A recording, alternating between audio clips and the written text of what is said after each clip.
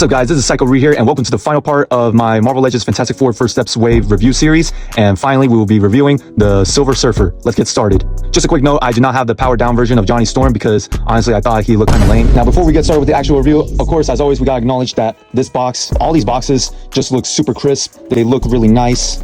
And yeah, here's the Silver Surfer. Here's some feet pick. Now here she is right out of the box. She comes with her silver surfboard and this space wave that she could ride on. What do you mean by that? She also comes with an open hand, a fist, and another open hand that kind of is supposed to hold on to the, I'm guessing, the silver surfboard. And here she is out of the plastic, and let's check out her articulation. All right, so first off, arms can do a full rotation. Her arms can go back that far, so slightly at an angle, but unfortunately not butterfly joints once again. Hasbro doing Hasbro things. So yeah, her arms can't go across her chest. They can only go that far.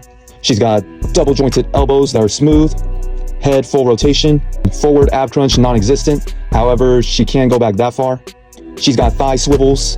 She's got double jointed knees that are smooth. She's got feet pivots. And her feet can point that far down and that far up. She's got wrist hinges and wrist swivels.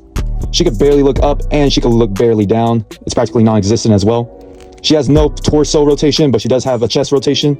Yeah, I would say for a figure that is $25, it's pretty solid. Now, here's a quick size comparison between all of them. Her, Sue, and Reed are definitely around the same height, and Johnny and Ben are definitely taller than them. Of course, the moment we've all been waiting for, how she is on the surfboard and the space wave. Now, the surfboard does fit nicely onto the space wave. It can just lay there perfectly fine.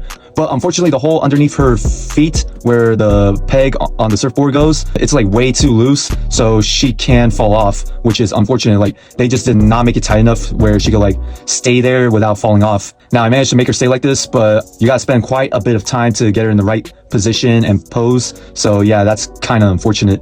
What that means is sometimes she could not be facing straight fully, which could look a little awkward. But yeah, fortunately, I was able to get her look straight and get her in the right position. Overall, I would give this figure about a 7.5 out of 10.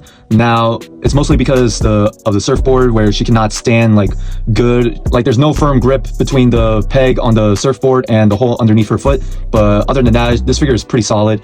For $25, she's got a decent amount of accessories, so that's a plus. Of course, I also am one of those people that do wish she had a more chrome paint job over her, but honestly, I don't really mind. And ladies and gentlemen, that will conclude my Marvel Legends Fantastic Four First Steps Wave review series. All these figures are great in their own ways. All these figures are definitely great. You should definitely cop them. They are definitely worth it. But yeah, let me know if y'all enjoyed this series, and that'll be it for me. Tomorrow, I will be posing them just in time for the Fantastic Four movie, which I will be seeing. And yeah, I hope you all have a fantastic day. Read out. Peace.